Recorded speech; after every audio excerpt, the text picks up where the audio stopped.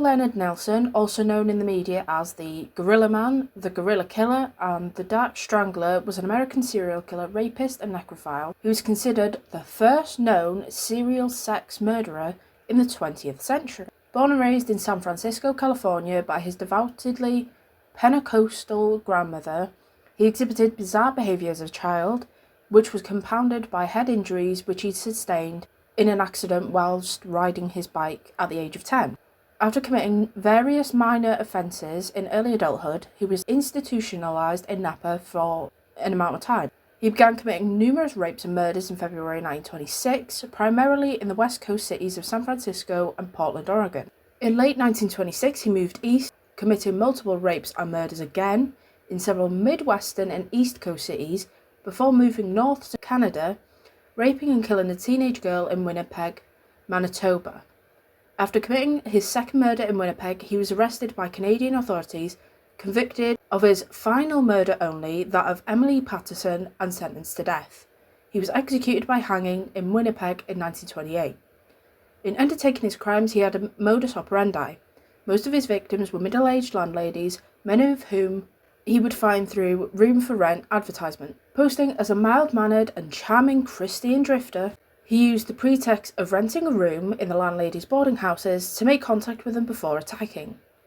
Each of his victims were killed via strangulation, and many were raped post-mortem. His crime spree is believed, through recent research, to have included 22 murders and 22 other attacks. He was a source of inspiration for Alfred Hitchcock's 1943 film Shadow of a Doubt. Earle Nelson was born Earle Leonard Farrell on the 12th of May 1897 in San Francisco, California, the son of Iowa-born mother of Danish and Irish descent, Frances Nelson, and a father whose ancestry was Jewish, James Carlos Farrell. Both of his parents died of syphilis before he reached the age of 2. He was subsequently sent to live with his maternal grandmother, Jenny Nelson, a devout Pentecostal, who raised him alongside her 2 younger children, Willis and Lillian, who were 10 and 8 years older than him. Nelson exhibited self-loathing and other morbid behaviour at a young age. He was expelled from the Agassiz primary school in San Francisco at the age of 7. At around the age of 10, he collided with a streetcar whilst riding his bike and remained unconscious for 6 days. After he woke up, his behaviour became erratic and he suffered from frequent headaches and memory loss. Described as a psychotic prodigy, he exhibited increasingly bizarre, manic behaviours in his childhood, such as talking to invisible people, compulsively quoting Bible passages, and watching female family members undress. His grandmother noted occasions where Nelson would went back to school in freshly clean clothes and return home in rags, as though he'd exchanged clothes with a homeless person. His strong religious upbringing remained a pervasive influence in his life, and he obsessively read the Book of Revelation as a teenager.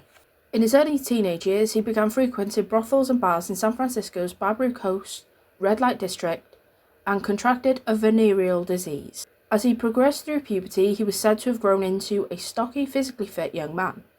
He would sometimes entertain his family with his physical talents, such as walking on his hands or lifting heavy objects with his teeth. He began his criminal activities at a young age. He was sentenced to 2 years in San Quentin State Prison in 1915 after breaking into a cabin in rural Plumas County, which he believed was abandoned. He was paroled for this on the 6th of September 1916, but was arrested again in Stockton on the 9th of March 1917 for petty larceny. He spent 6 months incarcerated before he was discharged, after which he was arrested in LA for burglary charges. After spending approximately 5 months in Los Angeles County Jail, he escaped. Sometime in late 1917, he enlisted in the US military, but deserted after 6 weeks. He then repeated this pattern on several occasions, enlisted in different military branches under different names before deserting. In 1918, he was committed to the Napa State Mental Hospital after behaving oddly and erratically during one of his brief stints in the United States Navy. A Navy psychologist noted that Nelson was living in a constitutional psychotic state. Upon his arrival at Napa State Mental Hospital, a psychologist who observed Nelson on the 21st of May 1918 noted that he did not appear violent, homicidal, or destructive. William Pritchard, a psychiatrist who conducted a preliminary interview with him, noted that Nelson spoke of hallucinations and other paranoid delusions. He has seen faces, heard music, and at times believed people poisoning him. Voices sometimes whispered to him to kill himself, says that if he were kept in jail, he would get something sharp and cut the veins in his wrists. Pritchard also indicated that Nelson had experienced occipital headaches, fainted several times, and felt dizzy during the interactions. During his institutionalization, Nelson managed to escape at least 3 times before staff just eventually stopped trying to find him. His frequent escapes earned him the nickname Houdini among the hospital's employees. He was formally discharged from the Navy in absentia on the 17th of May 1919, and his file with the hospital was closed with a note indicating that he had improved. He subsequently acquired a job working as a janitor at St Mary's Hospital using the pseudonym Evan Lewis Fuller. There he met 60-year-old Mary Martin, an administrative worker. They began to date and they married in August 1919. Their marriage, however, was short-lived, as Nelson was said to have made her life a living hell, with his jealous rages, bizarre sexual demands, religious delusions, and increasingly violent behaviour, leading to her to separate from him after cohabiting for only 6 months. Martin would later recall various bizarre behaviours she witnessed whilst living with him, which included protracted disappearances from their home and unusual bathing practices that entailed things like him pouring glasses of water over his toes. On the 19th of May 1921, he posted as a plumber to enter the residence at 5019 Pacific Avenue in San Francisco and attempted to molest resident Mary Summers in the basement, who was 12 at the time. His attempt failed when she screamed and attracted help from a 9-year-old brother. Nelson fled, but he was captured hours later while riding a trolley. At a competency hearing, he was deemed dangerous and recommitted to Napa State Mental Hospital. He escaped again on 2 occasions before being discharged from the institution in 1925. He began his killing spree in early 1926. His first known victim was Clara Newman, a wealthy 60-year-old San Francisco landlady. He entered her boarding house at 2037 Pierce Street on the 20th of February 1926, posing as a potential tenant named Roger Wilson. Sometimes after entering the home, he strangled her before raping her dead body and hiding her corpse in a vacant apartment in the house. His second victim was 63-year-old Laura Beale, who was strangled in her home in nearby San Jose on the 2nd of March. The silken cord that had been used to strangle her had reportedly been wound so tightly around her neck that it embedded in her flesh. He then strangled and raped 63-year-old Lillian St. Mary, also in San Francisco, on the 26th of June 1926. Exactly 2 weeks later, 325 miles south, in Santa Barbara, 53-year-old Ollie Russell was strangled with a cord in a boarding house. An autopsy confirmed that Russell had been sexually assaulted after death, and that similarities in the modus operandi between her murder and the San Francisco area slayings led police to assume they were connected. On the 16th of August, 52-year-old Mary Nisbet, an apartment building proprietor in Oakland, was found by her husband strangled to death and raped in the bedroom of a vacant apartment. Initially, local law enforcement questioned Nisbet's husband in her death, but he was shortly cleared of suspicion. Witnesses later told police that they seen a smiling stranger lurking outside Nisbet's apartment building the day of her murder. Others who claimed to have seen Nelson at the various boarding houses described him to police as a dark and stocky man with long arms and large hands. Because of this, newspapers began referring to him as Dark Strangler, the Gorilla Man, or Gorilla Killer. In the fall of 1926, Nelson relocated to Portland, Oregon, where he raped and murdered 35-year-old landlady Beta Withers on the 19th of October. Her body was found by her teenage son, stuffed beneath clothing inside a steamer trunk in the attic of her own home. The following day, 59-year-old Virginia Grant was murdered in a vacant property she owned at East 22nd Street. Her body was hidden behind the home's basement furnace. On the 21st of October, landlady Mabel Fluke disappeared from her home in Portland. Her body was discovered several days later in the attic, strangled with a scarf. Despite the subsequent similar murders of Grant and Fluke, a coroner's jury of 4 men and 2 women was appointed on the 28th of October to evaluate the mysterious death of Withers. The jury's decision was split in half, with 3 believing her death was a suicide and the other 3 believing it was murder. After committing the 3 murders in Portland, Nelson briefly returned to San Francisco, where he raped and murdered 56-year-old widow Anna Edmonds on the 18th of November. Initially, police were hesitant to attribute this crime to the Dark Strangler. However, several days after her murder, a friend of Edmund's told police that she had stopped by her home the day of a murder and found Edmunds talking to a strange man in her parlour about a business deal that involved her selling her house. The woman's descriptions of the unknown man matched those of the Dark Strangler. The following day, on the 19th of November, in nearby Burlingame, California, a 28-year-old pregnant woman was attacked while showing her home to a man posing as a potential buyer. She survived the attack and described the man as being around 5 foot 8 inches tall, well-dressed and well-spoken. The woman later told reporters that, though she hadn't felt threatened initially, she realised in retrospect that, particularly, the man had commented on the home's intricate details, particularly the ceilings. I realised now that he was trying to get me to look towards the ceiling, so that he could get behind me and grab my throat, she said. 10 days later, on the 29th of November, Nelson murdered and raped Blanche Myers in her Portland home. Police were able to recover foreign fingerprints from Myers' iron bedpost. The Portland murders ignited a public frenzy. The Oregonian reported that the third floor of the Portland Police Bureau had become a veritable madhouse, with clerks taking hundreds of phone calls and reports of suspicious characters. One local woman called police, claiming that a suspicious man had stayed in a boarding house for several days after the Thanksgiving holiday, using the name Adrian Harris. On the 29th of November, the day of Myers' murder, she stated that the man told her and other residents that he was leaving to take a train to Vancouver, Washington, and had indicated that he wouldn't be returning. She found this suspicious, given that he'd paid multiple days' worth of rent in advance. Before departing, he gave her and another female boarder pieces of jewellery as a gift, which were later confirmed by police to have been owned by Florence Monks, a wealthy widow who had been murdered and raped in her Seattle home on the 23rd of November. In hopes of preventing further murders, law enforcement in California and Oregon issued public safety announcements to citizens. In the San Francisco Bay Area, elderly women were advised to take precautions whilst renting rooms and inviting strangers into their homes. Meanwhile, the Portland Police Bureau issued the following statement to the public. Do not show your houses or rooms for rent while alone. If necessary, call a policeman to accompany you. Crimes such as these should have been prevented and could have been prevented if women had been more careful. I do not wish to unduly alarm the people of Portland, but there is no denying the situation is grave. After leaving Portland in late November 1926, Nelson moved eastward, hitchhiking or stowing away on trains.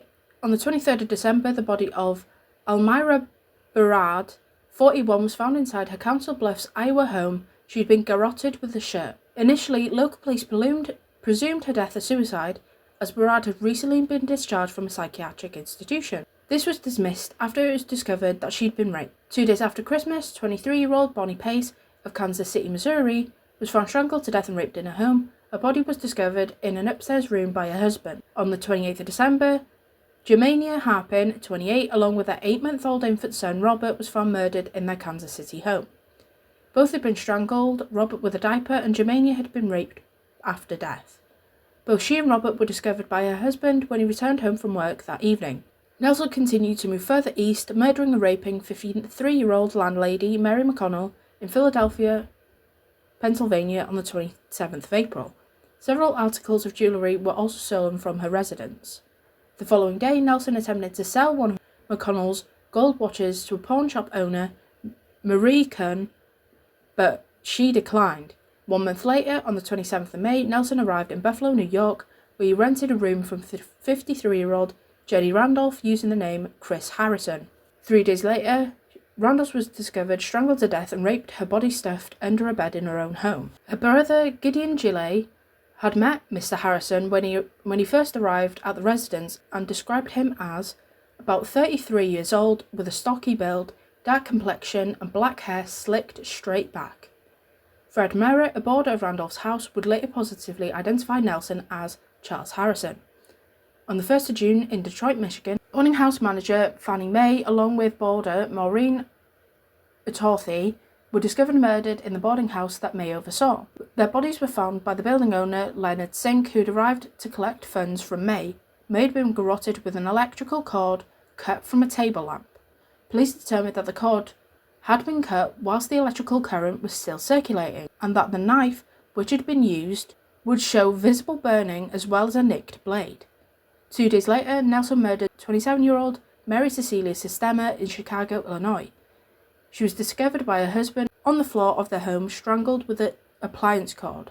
Several articles of men's clothing were also stolen from the home. On the 8th of June 1927, in Winnipeg, Manitoba, Canada, 14-year-old Lola Cohen disappeared after leaving her home to sell artificial flowers door to door.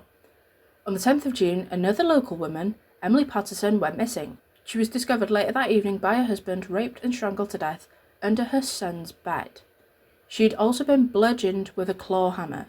Patterson's husband discovered her body while kneeling at the bedside to say evening prayers. Upon investigation, police determined that several items were missing from the Patterson home, including a whipcord suit, Patterson's gold wedding ring, the family Bible, and $70 Canadian in $10 bills. A knife bearing burn marks and nicks was also left behind in the home. Police found the knife to be consistent with that which had been used to cut the lamp cord used in the May and Arthuri murders in the week prior. The day after Patterson's murder, Fred England, a local jeweller in Winnipeg, unknowingly purchased Patterson's wedding ring from Nelson for $3 Canadian 50, and clothing stolen from the home was subsequently discovered for sale in a local second-hand store. Both the jeweller and the clothing store owner would positively identify Nelson as the man who provided the ring and clothing.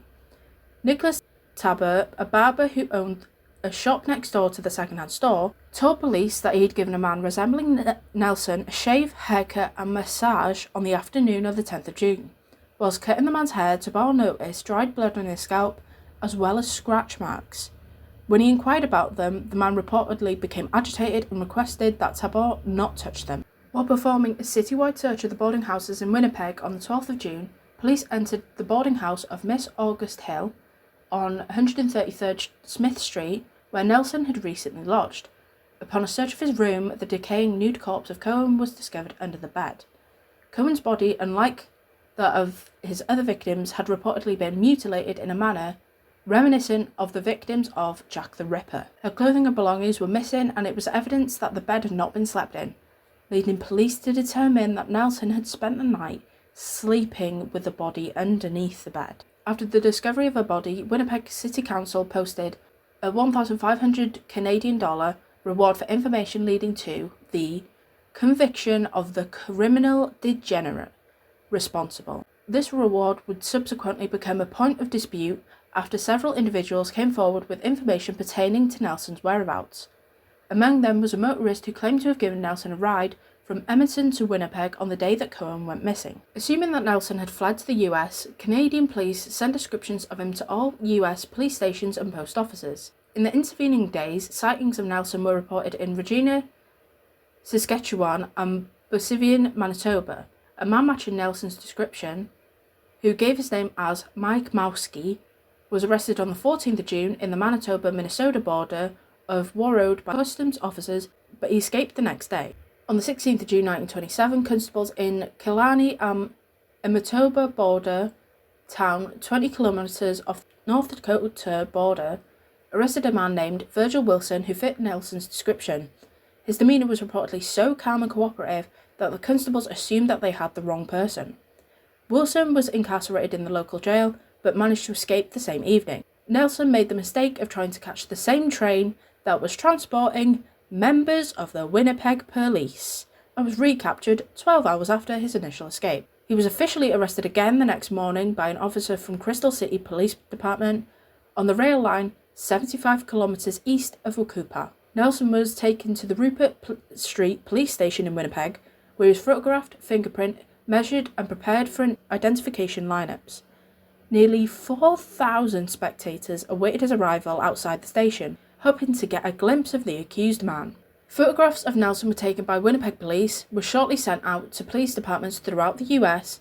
This resulted in positive identifications from witnesses in Illinois and California, who claimed that the man was the same unknown renter they had encounters with. Though he maintained that his identity was that of Virgil Wilson, fingerprints forwarded to Winnipeg from San Francisco Police Department from his early arrest confirmed his identity as Earle Nelson. His fingerprints matched those left behind at several of the crime scenes, and his teeth matched marks found on the victims. Initially, he admitted to his crimes, bluntly telling reporters, "I only do my lady killings on Saturday nights." However, he would subsequently retract his admission and claim he was innocent. Upon an interview with the Manitoba Free Press shortly after his arrest, he said, "I'm charged with 2 murders, but I'm not the one who done it." When asked about the various persons in the US and Canada who'd positively identified him as the Strangler, he simply responded, "All of them are wrong." Despite attempts on part of both US and Canadian law enforcement agencies to elicit confessions, Nelson refused to admit to any of the murders of which he was suspected or accused. At the time of his arrest, he was wanted in 6 US cities and was held to be tried in a Manitoba court for the murders of both Cohen and Patterson. He was charged with 2 counts of attempted molestation and 1 count of burglary.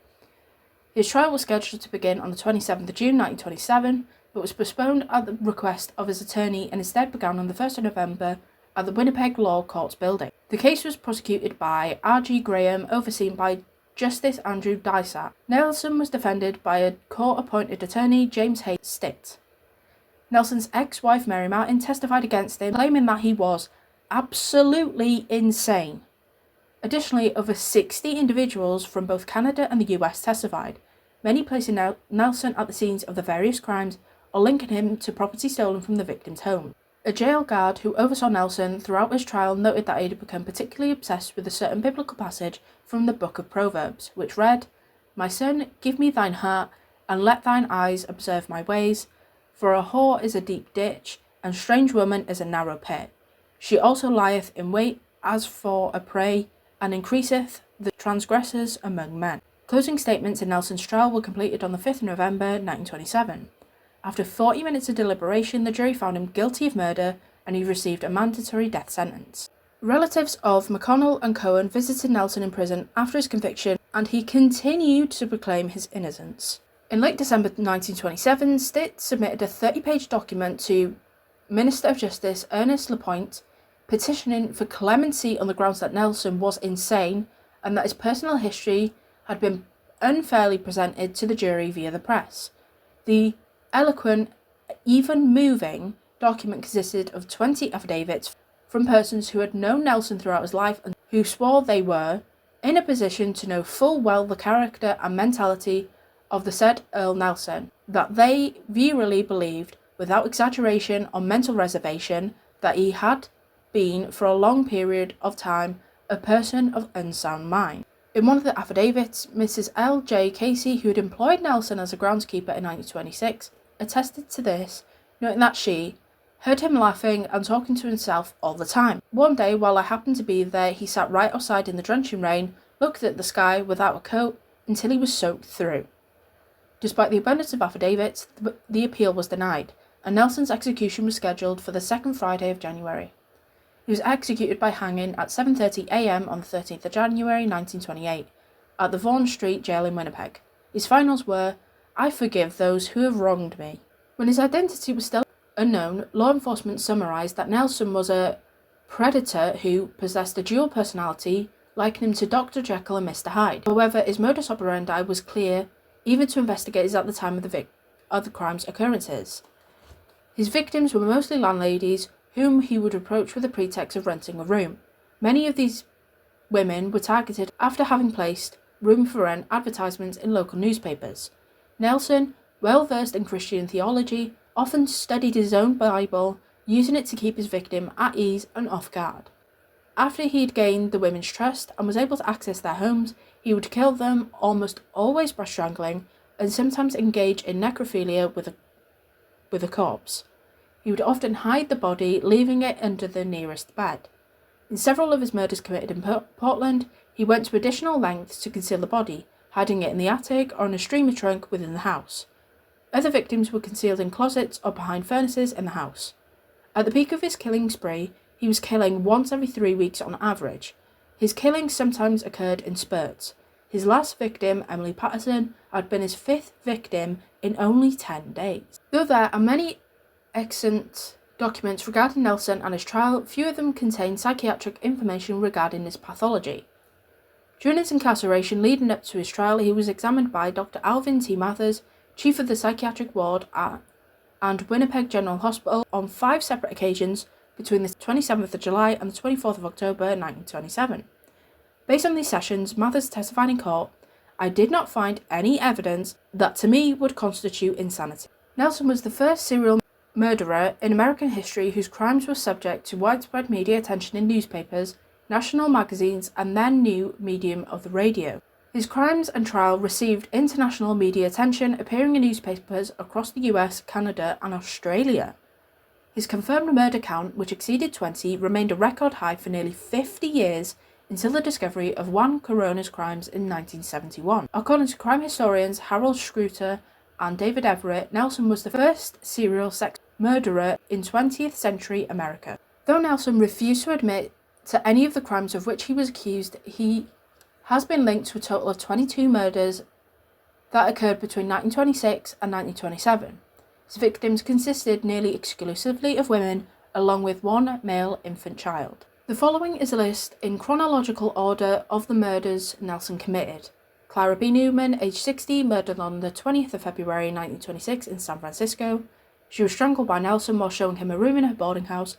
After her death, Nelson committed necrophilia with her corpse. Laura Beale, aged 63, was murdered on the 2nd of March 1926 in San Jose, California. She was strangled to death in her home. Lillian St. Mary, aged 63, was murdered on the 10th of June 1926 in San Francisco. She was strangled and raped after death. Ollie Russell, aged 53, was murdered on the 24th of June 1926 in Santa Barbara. She was strangled and raped after death. Mary C. Nisbet, aged 53, murdered on the 16th of August 1926 in Oakland. She was strangled and raped in an apartment building. Her husband is initially questioned by police, but cleared of suspicion. Beta B. Derkrup Withers, aged 35, was murdered on the 19th of October 1926 in Portland. She was strangled and raped after death. Nelson stuffed her body in a trunk, which is later found in her home by her 15-year-old son. Virginia Gray Grant, age 53, was murdered on the 20th of October 1926 in Portland. She was strangled and raped. Her body was hidden behind a furnace of a boarding house. Mabel H. Fluke, whose age was unknown, was murdered on the 21st of October 1926 in Portland. Her body was discovered in the attic of a boarding house. Anna Edmonds, age 56, was murdered on the 18th of November in 1926 in San Francisco. She was strangled to death with a rag and raped. Mrs. H.C. Murray, age 28, was attacked on the 19th of November 1926 in Burlingame, California. She was pregnant at the time, attacked while showing Nelson her home for sale. Florence Monks, age 48, was murdered on the 23rd of November 1926 in Seattle. Her body was discovered by a caretaker, stuffed behind a basement furnace of a Capitol Hill home. Nelson later gave her stolen jewellery to two Portland women as gifts. Blanche Myers, age 48, murdered on the 29th of November 1926 in Portland. She was strangled and raped in her home. Fingerprints are found on her iron bedpost. Mrs. John Berard, age 41, was murdered on the 23rd of December 1926 in Council Bluffs, Iowa. She was strangled to death and raped, initially thought to be a suicide due to her recent stay in a psychiatric hospital. Bonnie Pace, age 23, was murdered on the 27th of December in 1926 in Kansas City, Missouri. She was strangled to death and raped. Germania Harpin, age 28, and her son Robert Harpin, aged 8 months, was murdered on the 28th of December 1926 in Kansas City, Missouri. Both were strangled to death and she was raped. Mary McConnell, age 53, was murdered on the 27th of April 1927 in Philadelphia, Pennsylvania. She was strangled and raped in her home. Several articles of jewellery, including a watch, were stolen. Jenny Randolph, aged 53, was murdered on the 30th of May 1927 in Buffalo, New York. Her body was discovered stuffed under a bed in her home. Fannie Mae, aged 53, was murdered on the 1st of June 1927 in Detroit, Michigan. She was found dead in the boarding house she operated as a building manager, garroted with an electrical wire. Maureen Atorthy, maiden name Oswald, whose age was unknown, was also murdered on the 1st of June 1927 in Detroit, Michigan. She was a resident of Fannie Mae's boarding house. Mary Celia Sistema, aged 27, was murdered on the 4th of June 1927 in Chicago, Illinois. She was found by her husband strangled with an appliance cord. Lola Cohen, aged 14, was murdered on the 8th of June 1927 in Winnipeg, Manitoba. She was kidnapped, murdered and raped. Police discover her decaying corpse stored underneath Nelson's bed in Winnipeg boarding house, where he rented a room. Emily Patterson, aged 27, was murdered on the 10th of June 1927 in Winnipeg, Manitoba. She was strangled to death and raped. Her body was found by her husband stuffed underneath their son's bed. A whipcord suit, Patterson's gold wedding ring, and 70 Canadian dollars were also stolen. The following is a list of possible victims of Nelson in chronological order. Elizabeth Jones, aged 63, was murdered on the 23rd of August 1925 in San Francisco. She was found strangled in her home with her own necklace. After being seen speaking to a man interested in purchasing her property, Nelson had recently been discharged from Napa State Hospital at the time of her murder.